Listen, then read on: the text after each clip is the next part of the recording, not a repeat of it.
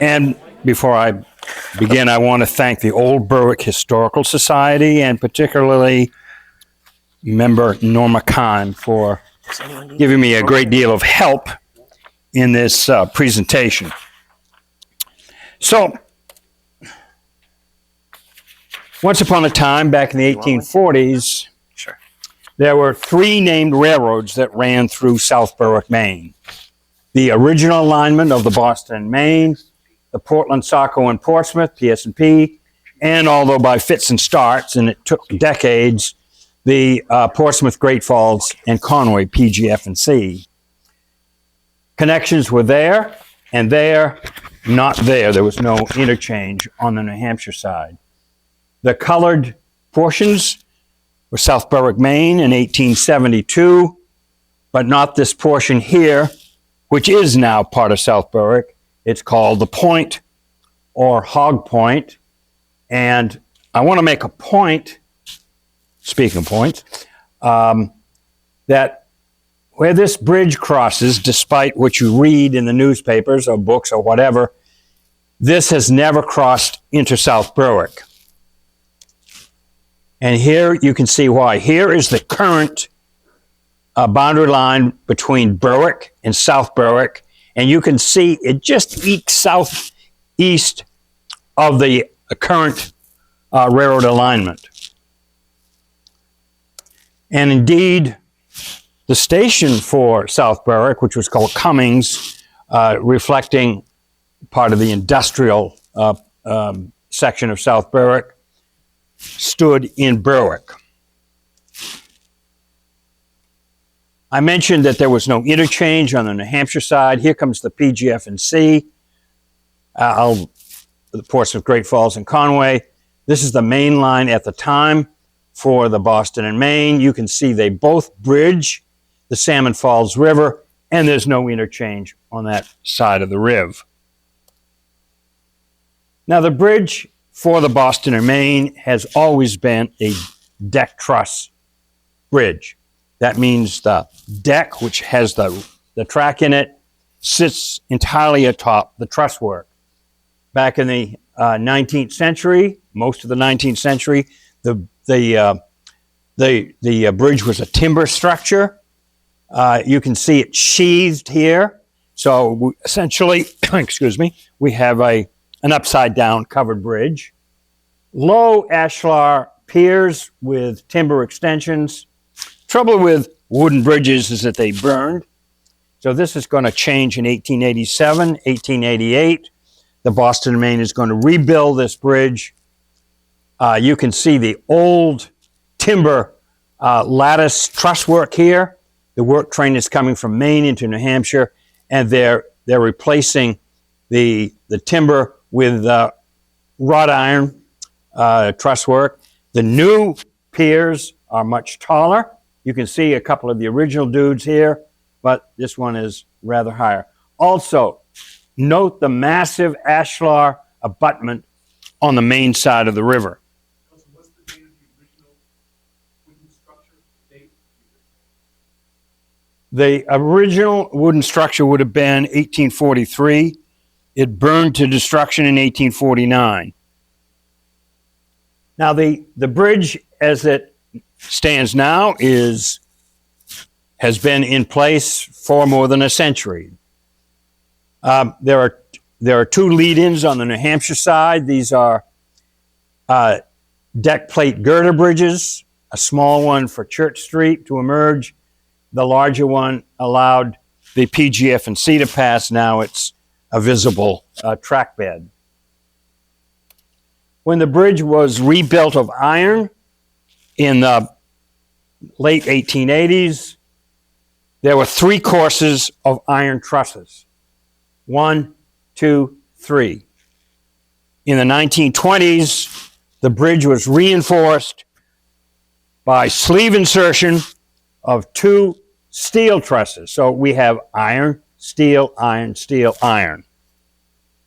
Of course, we have to have the obligatory shot of the Downeaster whizzing across the bridge on its way to Portland. Thank you, Mark Glucksman. I wish I could afford a drone. Very nice shot.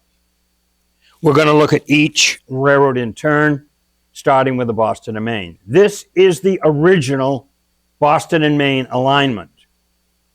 It passes out of view, and it will go east to South Berwick Junction, a large station where the Boston and Maine will interchange with the Portland Saco in Portsmouth. The PS&P will haul the B&M's cars to and from Portland. It's also hauling the cars for the B&M's arch rival, the Eastern, but that interchange takes place in Portsmouth. So, in actual fact, the Boston and Maine and the Eastern jointly leased the PS&P and basically treated it as a bridge line to and from Portland. Now, that's all going to come a cropper 30 years later in the early 1870s, because now the Eastern has got control of the PS&P, and the Boston and Maine was left out in the drizzle. So in 1872, it began a new alignment for itself into Portland. The old track, as of 1873 or so, was abandoned and torn up. The proximal part of the original alignment became an industrial stub line, one way in and out. It served a couple of coal pockets, and later a seasonal vegetable cannery. The great thing about the original alignment is that you can trace most of it. So here we are on Route 236, leaving South Berwick, going over the grade crossing for the current alignment, CSX and Amtrak, and on into Berwick. But what we're interested in is over here on the right, in the pucker brush, there is the original track, iron, light by today's standards, for the Boston and Maine track to South Berwick Junction.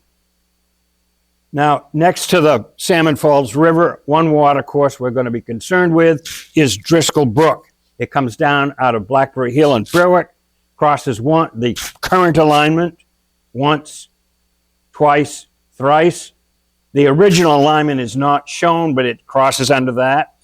And delight of all delights, it's also going to cross over the track bed for the PGF&C. Driscoll Brook gets around. So, I mentioned Norma Kime. She and I, on a day when there was no rail traffic, came down the CSX right away. And here is Driscoll Brook. You can see the track up here. There's a pretty substantial embankment. And at the base of that is a stone arch culvert. Up close and personal. And thanks to Bob Johnson in South Berwick, there's the other side of this stone box. I say again, stone arch culvert. Excuse me, Nelson, what year was that civil engineering, do you think? Oh, in the 1840s. Because, the Boston and Maine was in action by the early 1840s. Now, unfortunately, there's not the reciprocal view from, this is Chris Mack's shot that I got offline. Shows the state of the original alignment, but we can't see really what's going on. This is the new alignment over here. I say new, but you know what I'm talking about. So, in order to get an idea, I've got this awful reproduction. Here is the current alignment over here. The original alignment is as an industrial stub is here. This is the cannery where my mom worked as a teenager. I don't know if you can see it well, but there's a fairly substantial ashlar face here. The opening is rectangular. Now, the Boston and Maine bridge list back in the 40s and 50s claims this is a stone arch culvert. It ain't an arch. It's a rectangle. On the other hand, it's rather larger than your usual stone box culvert. I don't know what to call it, so I'm moving on. The stub line, as I said, originally went out to Portland Street, which is now Route 4, but it's been cut back. And here is the end of the track now on Railroad Avenue, right across from the South Berwick public works barn. You can see here and over here the track ending in a couple of wheel stops. If we go over to Portland Street, now Route 4, in this clump of trees, which is private property, there is a very nice railroad cut, a gully where the railroad ran through. So we're going to stay off the private property. And this is where we were. The track goes just south of the current golf course. And as it approaches Agamenticus Road, you can see something's going on. It's, if you've got the nose for it, it looks like it's an abandoned railroad track bed. It crosses Agamenticus Road, goes behind Aggie's Ice Cream and stop and get a frap, and recrosses Agamenticus Road, and then goes straight as a die through the woods here. And just as Agamenticus Road trends into Knights Pond Road, here is the track bed coming out of the woods. It will pass us by and go over to South Berwick Junction. At least it did so until the early 1870s. Now we're going to the PS&P, the Portland, Saco, and Portsmouth. Because this 462 Pacific is pulling a passenger train, we can say that it's prior to the fall of 1952, when the eastern between Kittery Junction and North Berwick was abandoned. So this is sometime probably in the 1940s, maybe early 1950s. The only thing I'd point out, this is, of course, the Sarah Mildred Long Bridge, which has been since taken down and replaced by a more modern structure. The only thing I would say about this locomotive, usually the feed water heater was an Alesco that sat on the brow of the smoke box. This is an unusual guy because he's got a Worthington feed water heater. We'll get into that in a bit. So now the PS&P has come up through Kittery and Elliott, and it's now at South Berwick. Route 236 follows the old PS&P alignment until we get to this decision point here. This is the PS&P, later the Boston and Maine Eastern route, and at this point, 236 then follows the PGF&C into South Berwick Center. Note, nice straight track bed crossing the Great Works River there. And let's continue on. Whoa, we recognize this guy. This is the Boston and Maine. And here the PS&P and the Boston and Maine make their junction, at least until the early 1870s. Now, whatever the reverses that the B&M suffered initially, of course, in the end, it ran the table. It was your proverbial octopus. So here is the single track of what, after it gained control of the PS&P, became its Eastern Division. And after that, it was the Eastern route of the Portland Division because the Eastern and Western were combined into the Portland Division. It built a small station, Agamenticus, named after a nearby mountain. And this is probably a maintenance away shed with tools and a maintenance away car of some sort. The station here didn't see much action and was closed in July of 1914. We're going to turn around and go across Emery's Bridge Road. We're going to hike past the site of the South Berwick Junction Station, and we come to Lover's Brook and this very nice double stone box culvert. Let's keep on going. The most direct route for the PS&P was across just the southern end of Knights Pond, and you can see the causeway here. And now we're in North Berwick. There's a very nice stone arch culvert there. This is even nicer than nice because if we look closely, there is the date of construction, 1842. Now we're in North Berwick. In North Berwick, the PS&P and the Boston and Maine crossed. That is, after the arrangement collapsed. So now the B&M and the PS&P both go into Portland. They cross in North Berwick. Here is the B&M or current alignment. Goes out here and then goes off to the east-northeast. Eastern Avenue, conveniently, was the eastern route, and it crosses here, just kisses Pratt and Whitney, and heads off to the northeast. Now, this is the west end of the North Berwick station. Typically, the passenger trains on the western were longer than the eastern. The eastern was gradually becoming the stepchild of the system. But North Berwick was a busy place. It was a railroad yard of some complexity. It merited its own tower to direct rail traffic within the yard. So a lot of you are asking at this point, why did the Boston and Maine need two routes out of North Berwick into Portland? Well, they didn't. As I say, at that point, the Eastern has become sort of a stepchild. 1944, World War II is not done, and the B&M abandons the portion between North Berwick and Rigby Yard in South Portland. There were two exceptions, a couple of industrial stub lines. One of them was up at Biddeford-Saco. The other one was just outside of North Berwick. So what was originally an industrial spur, here's the Eastern. What was initially an industrial spur that went up here to Swenson's granite quarry. Now this here is abandoned, and the line just goes up here to serve Swenson. The railroad maintained that portion of track, but gave the bill to Swenson.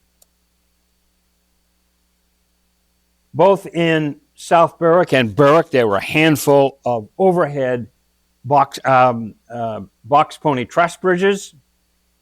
This is the last survivor. This is Hobbs Bridge in Berwick. You can see it's showing its age. There's a timber bent or horse shoring it up.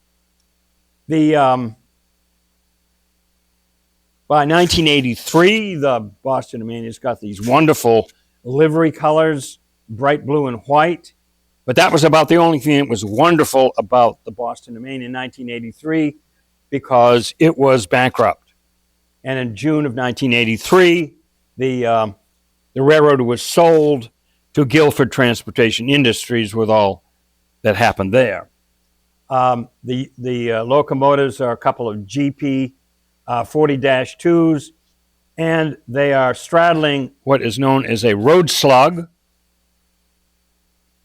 The slug did not have a diesel engine. It just had electric traction motors, but the addition of a slug also increased the pulling capacity of the train, but the electricity to run the electric traction motors had to come from one or both of the mother units on either side. Okay, so here we are back at the junction point, which was variously called Brock's Crossing. It was also called a Conway Junction, and in its last iteration, it was called Jewett.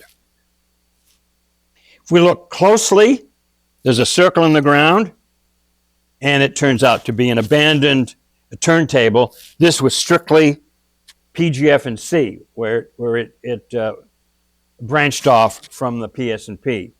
You can see here the access track, but there's no turntable. I don't think the B&M ever used it.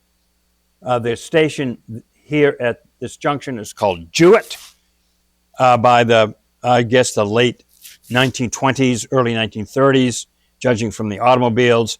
The near track is what used to be the PGF and C, and now is the Conway branch for the B&M, and on the other side is the eastern route for the B&M. We can go back even further when it was called Conway Junction. These are the Fosses, father, son, nephew, maintenance of way car. You could crank this guy. You can see the gear work under here. But if you only needed to move it a short distance, there are these handles, and the son has got his hand on the brake, on the brake hand, whatever.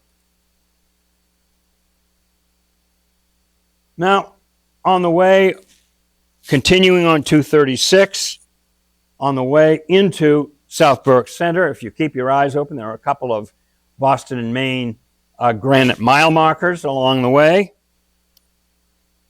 And once now, 236 has now made the intersection with State Route 4 out of New Hampshire. And right here at the corner is the First Baptist Church. This is the station this is back in the PGF&C days, Portsmouth, Great Falls, and Conway. And the Conway is really, this line did go all the way up to the White Mountains, as we'll see in a moment. 440 locomotive, a horse and buggy. I don't know who this guy is. So let's go a little bit farther east, and say again west. And there's the station and the church and a freight warehouse with this interesting ramp. I don't know if that was for animals or not. The track bed then goes behind South Berwick Central School, over some residential streets. This is my fave. This is Butler Street extended. You can see the track bed coming out of the woods there. So this is where we just were, Butler Street. Here's the track bed going over our old friend, Driscoll Brook, through Fogarty's Restaurant, and then it'll go over, the bridge is gone now, but it would go into New Hampshire and under the Maine. This is the stone box culvert for Driscoll's Brook, and just a bit over here is going to run into the river. A very much deteriorated freight warehouse. I think if you want to see this, you better do it soon, because I don't think it's long for this world. And finally, we've crossed the river into New Hampshire. This is the Salmon Falls station here.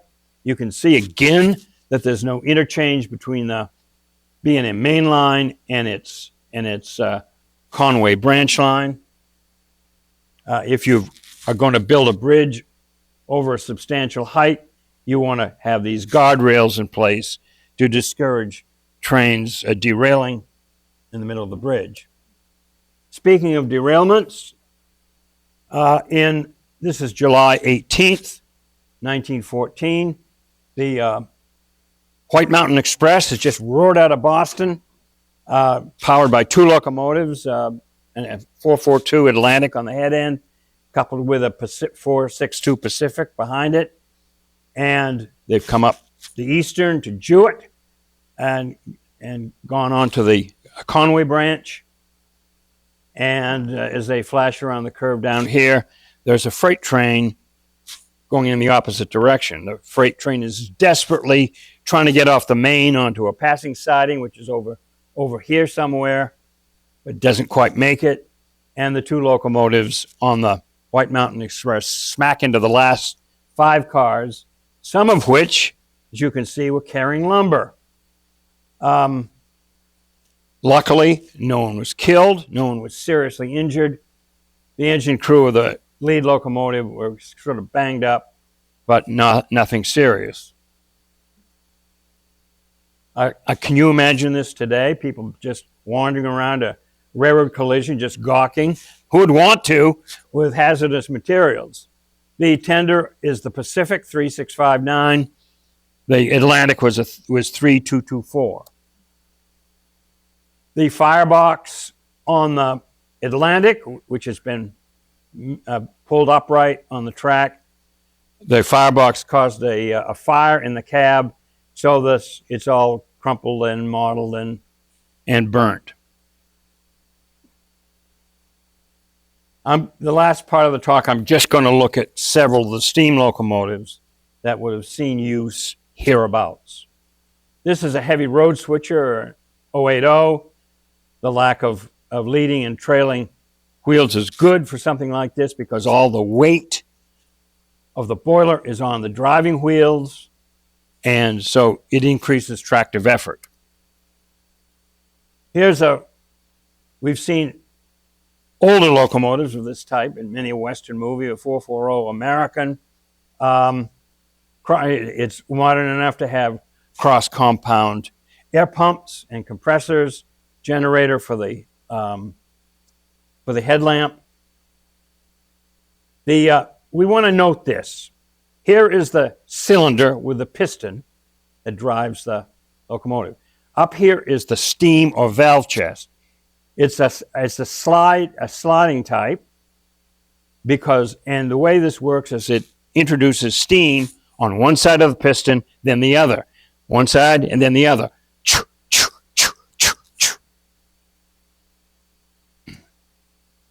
Some other old types, 460, 10-wheeler, another 440. These were being phased out in the 1920s and 1930s. Water plug here, we'll talk about that.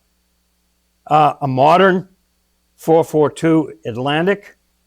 Again, the cross compound air pumps generator here. It's a passenger locomotive.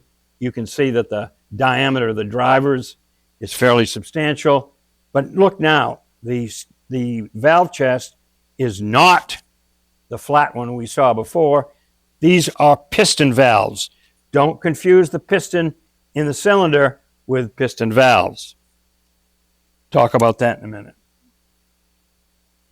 Probably the most recognizable wheel arrangement in the Boston and Maine was the 260 Mogul. This is an oldie, probably a wooden pilot.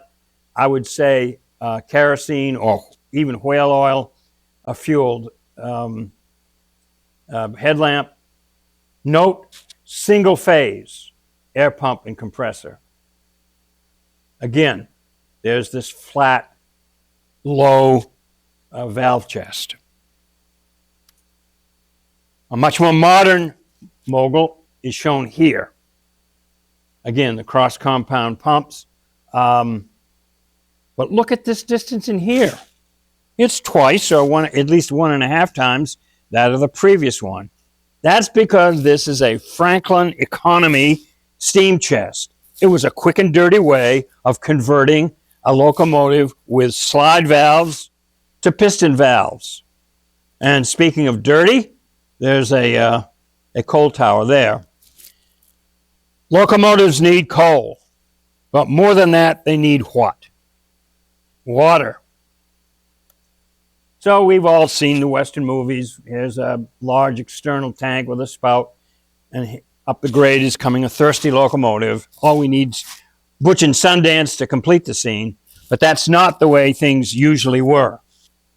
In both large urban yards and even in remote places, like Jumping Off Place, Arizona, where I once lived, these standpipes, water plugs, water stands, they went by several names, were scattered over the yard. And here is one of our Moguls just about to get a drink. This is not the Boston and Maine or a Mogul, but you can see how this sort of thing worked. Pacific 462. We saw the one on the Sarah Mildred Long Bridge that had a Worthington feedwater heater. This is an Alesco feedwater heater here, much more common on the Pacific. This is a good place just to mention a feedwater heater heats the water you're going to put into the boiler. Now, the previous way was by an injector, which worked by the Venturi principle, but they work best on cold water. You don't want to put cold water into the boiler.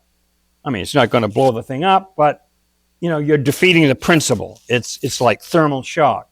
So let's heat the water beforehand with a feedwater heater. There were two general concepts. The Alesco and the coffin that you're going to see were what they call closed type. You had a tube and then a larger jacket around it. You ran the feed water through the tube, and on the outside was exhaust steam, which heated the feedwater heater. Now, in the Worthington, it was an open system. The steam and the feedwater were mixed. It was more efficient, but also lubricating oil and other crud got into it. You needed a system of filters and strainers, and after a while the railroads got tired of it, and some of them replaced their Worthingtons with the closed system. This is the 280 consolidation. This is a freight locomotive. Never mind that it's pulling varnish. These are the last days of steam, and all rules are being broken. Note that these are small diameter driving wheels. You can fit more of them under the boiler, and although these guys aren't terribly fast, they've got greater tractive effort, which is the whole point. This is one of the faves of the Boston and Maine, 210 Santa Fe. Look at the size of this Worthington feedwater heater. Also note this horizontal bar on the trailing truck of the tender. Here's a sister. It has a coffin type, again, a closed feedwater heater, but it had this mantlet over the end of the smoke box. What to say? Oh, yes. Now, here's that odd horizontal bar, now on the leading truck on the tender. These are booster engines, and they worked off steam.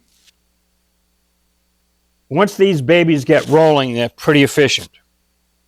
But at slow speed or no speed, these are not efficient at all. The steam locomotive was not efficient.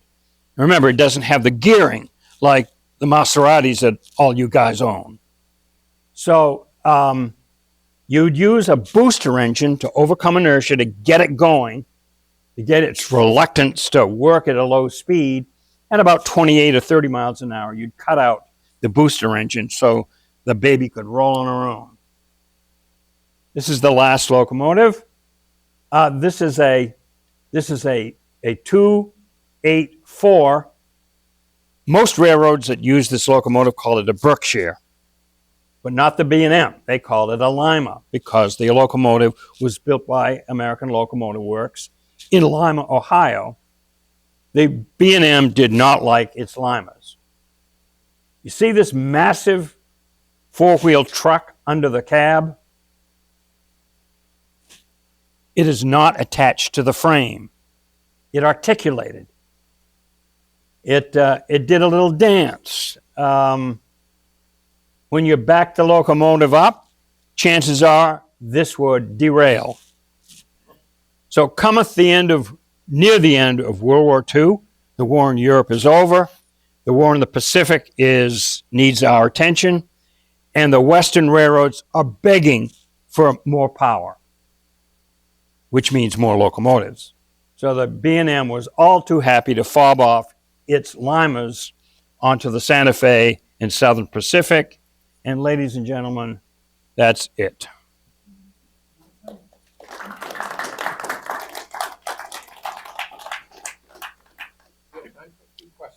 Yeah, if I know the answers. First of all, what was the cannery? What did they can for your mother with?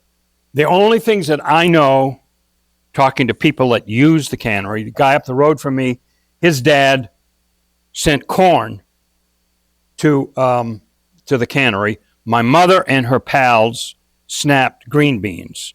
That's the only thing I know. They could have canned other stuff, but one of the things that toward the end of steam on the B&M, they didn't want any sort of sophisticated stuff. Any locomotive that had a mechanical stoker, they just, canned. They would use very small, simple locomotives like their Moguls and Pacifics. That was the transition on the B&M. Why will they? I'm not connecting with the North Berwick and what they carried. Yeah, I'm curious, what the primary. Well, I know they carried a lot of paper for the paper mills. There were a huge number of paper mills up in Maine. Okay. So those were loads. They carried coal because there were industries up along the coast that required that. Lumber was a common product that was carried. Let's see. Of course, they had reefers that would carry meat and so forth, food, and so variety. What about textiles? Stop those here. Maybe initially, but I think, and maybe the raw materials, but I think more and more the finished product went to truck. It was just easier to get things from one place to the other. Otherwise, you're dealing with a transload situation where you take something to a common loading, unloading dock, and the recipient has to come and pick it up. There was an enormous revolution after World War One, and it just was an order or two magnitude greater after World War Two of going to motor transport. The rails, if you're talking about the rails in the woods, those are iron, and they were, by the time those iron rails were used for the cannery, and there was a chemical operation that came in there for a very short period, and they continued to use those. And I imagine the trains had to go very slowly, but they were not only old, they were old technology. So why not just leave them in place? The rail line, as far as I know, is still owned by CSX, which is of interest. So, and also they're responsible for maintaining these stone arch culverts and so forth that persist along the line. I think some were manufactured in Akron. That rings a bell in my distant memory. But maybe locally, weren't there ironmongers in the industrial area outside of Boston that might have done that? Manchester, maybe. I'm just guessing here, so don't repeat what I say. Standard gauge, yeah. Stevenson gauge. Stevenson was British, 4 feet 8.5 inches, but there were a variety of, and it caused a problem in some of the early railroads. But if you wanted to connect all of these railroads that I've talked about, 4 feet 8.5 inches. Now, an interesting note is that the American South opted for what they called broad gauge, which were 5 feet, 5-foot gauge. The South, of course, was in economic ruin in 1865. But one of the things the South did is it spent what monies it had to standardize the rail system in the South, the 4 feet 8.5 inches. They knew they had to interconnect with the rail lines all over the United States. Linwood Moody wrote a book, The Maine Two-Footers, and most of them were out of business by the 1920s. What survived the Depression. But I think they went back into at least the 1890s. They used old, really small locomotives and so forth. So I'm thinking that they were probably late 19th century. And there are also these great photos of the 2-foot gauge, side by side with the Maine Central, standard gauge, which are pretty cool. Yes, sir. Put up one of the photos of the locomotives cranking them for a long time. Weather that. Okay. That's a 462 Pacific.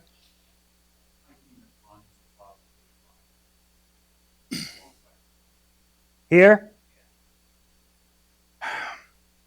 I would say that's part of it's part of the